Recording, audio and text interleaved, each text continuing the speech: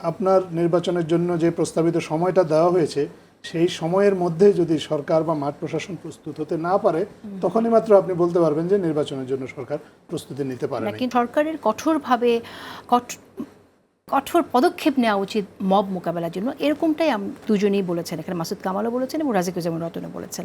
তো সরকার আসলে কঠোরভাবে অ্যাকশন নিতে পারছে না কেন?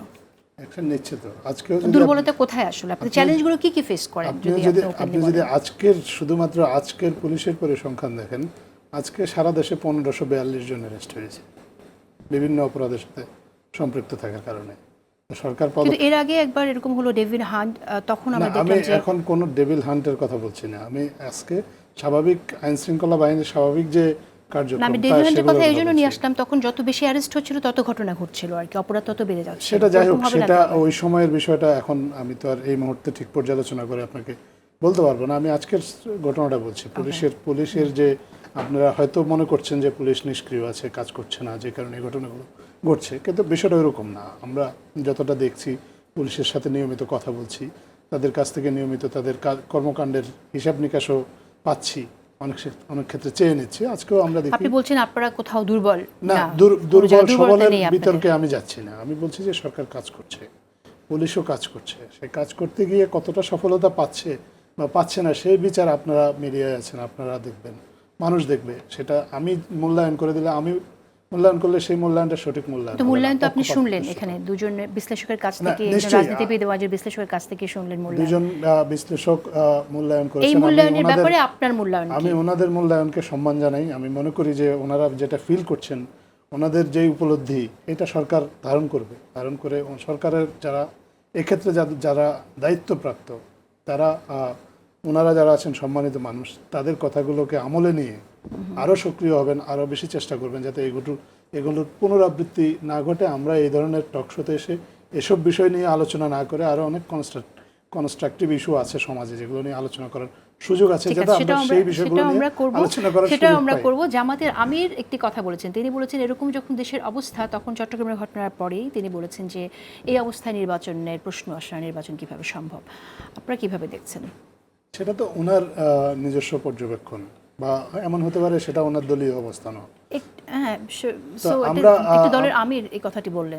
এই অবস্থায় তো নির্বাচন হবেও না, এই মুহূর্তে তো আর নির্বাচন হচ্ছে না। আমরা তো নির্বাচনের আরো 7 মাস বা 8 মাস যে প্রস্তাবিত সময়টা, সেটার জন্য বাকি আছে। তো এই সময়ে নিশ্চয়ই নির্বাচনের জন্য বা সব ধরনের মাঠ প্রশাসনকে যেমন প্রস্তুত করা হবে, আইন শৃঙ্খলা বাহিনীকে প্রস্তুত করা হবে, পাশাপাশি নির্বাচন কমিশনও তাদের প্রস্তুতি নেবে।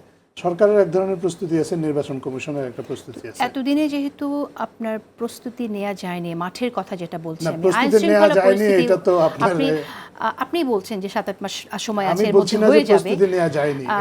আমরা ধরেই নিচ্ছি যে ঠিক 7-8 মাস সময় লাগবে। ধরে নেওয়ার সুযোগ নাই, প্রস্তুতি একটা চলমান প্রক্রিয়া। তার আপনি বলছেন যে চলো, নিশ্চয়ই আপনি বলছেন যে এখন রেডি আছে। আমি বলছি যে এটা একটা চলমান প্রক্রিয়া, এটা একটা continuous process. Until and unless the process ended, you can't reach to a conclusion.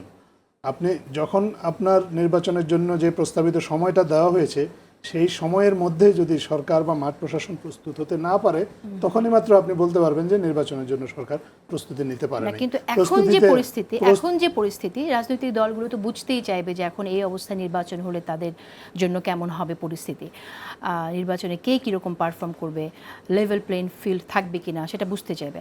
আপনার কি মনে হয় যে জামাতের আমির যে কথাটি বললেন এটার ভিত্তি আছে, নাকি উনি আসলে ভিত্তিহীন কথা বললেন? সেটা উনি বলেছেন, কেন উনি বলেছেন সেই ব্যাখ্যা তো উনি দেবেন। কোন জায়গাতে উনি সমস্যা দেখছেন সেটা ওনাকে স্পষ্ট করে যদি উনি বলতে পারেন, তাহলে সেই সমস্যাটাকে অ্যাড্রেস করার চেষ্টা করা হবে। আমি তো ওনার মতের সাথে একমত হলাম কি দ্বিমত পোষণ করলাম তাতে কিচ্ছু আসে যায় না। অবশ্যই আসে যায়, কারণ আপনারা যদি অ্যাড্রেস না করেন। সেই জন্যই আমি বলছি যে উনি যেহেতু একটা মন্তব্য করেছেন, ওনাকেই আসলে বলতে হবে সমস্যাটা, যে উনি কোন জায়গাতে প্রেক্ষিতে বলেছেন সেটা আপনি আপনি জানেন। একটা ঘটনার প্রেক্ষিতে বলেছেন, ওই একটা ঘটনার প্রেক্ষিতে যদি মনে হয় যে নির্বাচন করা সম্ভব না, তাহলে মনে হয় বিষয়টা এরকম না। যে ঘটনাটা ঘটেছে সেটার আমরা সবাই মিলে চেষ্টা করছি এই ধরনের ঘটনা যাতে না ঘটে। এগুলো যদি পুনরাবৃত্তি রোধ করা যায় তাহলে তো আর সমস্যা থাকার কথা না। আমরা তখন তো নিশ্চয়ই নির্বাচনের জন্য একটা উপযুক্ত পরিবেশ পাবো বলে আশা করতে পারি। ঘটনার প্রেক্ষিতে এরকম একটি মন্তব্য কেন করে ফেললেন? সেটা ওনার রাজনৈতিক ক্ষোভ থেকে উনি করতে পারে। এই প্রশ্নটা আসলে আপনার ওনাকেই করা উচিত। আমি রাজনৈতিক ক্ষোভ, আপনি এখনো মনে করেন যে ওনার ভেতরে কোনো ক্ষোভ আছে লন্ডন বৈঠকের পর? এখন কার মধ্যে ক্ষোভ থাকবে আর কার মধ্যে ক্ষোভ থাকবে না সেই সিদ্ধান্ত তো আমি এখানে বসে বলতে পারবো না। এটা যার যার ব্যক্তিগত আচরণ, ব্যক্তিগত চিন্তা, তাই না? ওনারা ওনাদের চিন্তা ভাবনাটা সরকারের নির্দিষ্ট না, আপনি বললেন যে ব্যক্তি হয়তো যারা আছেন রাজনীতি তারা ক্ষোভ জানেন। থেকে বলেছে সেই না, জন্য সেটা উনি প্রশ্নটা বলতে পারেন। এসেছে। আমি আপনাকে জাস্ট বলছি যে উনি কি কারণে বলেছেন সেই প্রশ্নটা আপনার ওনাকেই করতে হবে। আমি এই ক্ষেত্রে রং আচ্ছা, পার্সন।